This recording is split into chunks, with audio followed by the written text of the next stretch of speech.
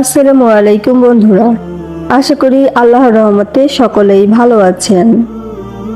আমরাও আপনাদের দোয়ায় অনেক ভালো আছি। আজকের এই ভিডিওর মাধ্যমে আপনারা 6টি কালেমা খুব সুন্দরভাবে মুখস্থ করে নিতে পারবেন। তো বন্ধুরা, ভিডিওটি না টেনে পুরোটাই দেখবেন এবং মুখস্থ করে নেবেন। আর যারা এখনো আমাদের চ্যানেলটিকে সাবস্ক্রাইব করেননি তারা অবশ্যই চ্যানেলটিকে সাবস্ক্রাইব করবেন, ভিডিওতে লাইক কমেন্ট করবেন এবং আপনার বন্ধুদের মাঝে শেয়ার করে দিবেন।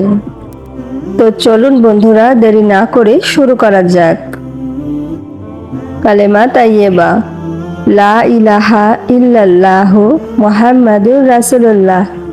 অর্থ: আল্লাহ ভিন্ন ইবাদত বন্দেগীর উপযুক্ত আর কেহই নাই। হযরত মুহাম্মদ সাল্লাল্লাহু আলাইহি ওয়াসাল্লাম তাহার প্রেরিত রাসূল। কালেমা শাহাদাত, আশহাদু আল্লা ইলাহা ইল্লাল্লাহু ওয়াহদাহু লা শারিকা লাহু ওয়া আশহাদু আন্না মুহাম্মাদান আবদুহু ওয়া রাসূলুহু।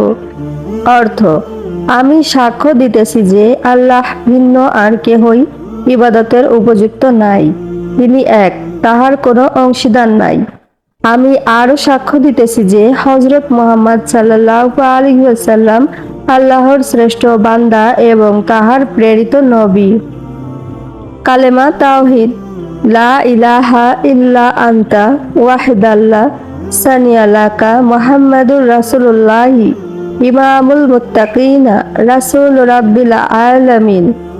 অর্থ: আল্লাহ ভিন্ন কেহ ইবাদতের যোগ্য নাই, তিনি এক, তাহার অংশীদার নাই।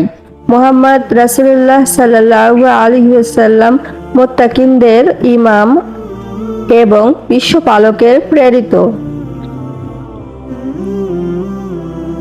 কালেমা তামজিদ, লা ইলাহা ইল্লা আনতা নুরাই ইয়াহদিয়াল্লাহু লিনুরিহি মাইয়াশাউ মুহাম্মাদুর রাসূলুল্লাহি ইমামুল মুরসালিনা খাতামুন নাবিয়িন।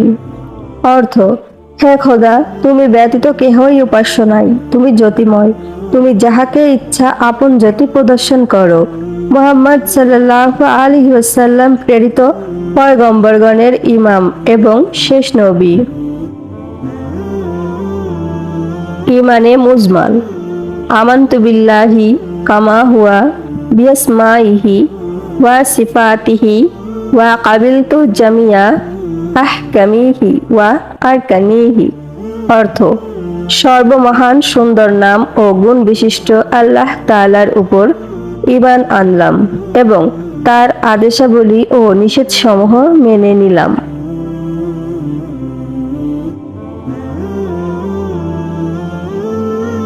ইমানে মুফাসসাল, আমানতু বিল্লাহি ওয়া মালাইকাতিহি ওয়া কুতুবিহি ওয়াল ইয়াউমিল আখিরি ওয়াল কদরি খাইরিহি ওয়াশ শাররিহি মিনাল্লাহি তাআলা ওয়াল বাসি বাদাল মাউত।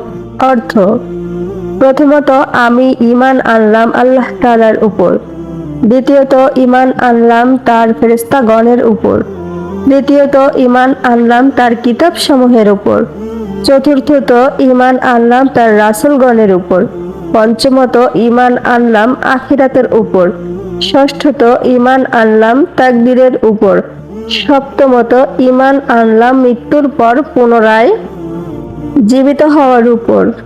এতক্ষণ সাথে থেকে পুরো ভিডিওটি দেখার জন্য সবাইকে অসংখ্য ধন্যবাদ। আল্লাহ হাফেজ।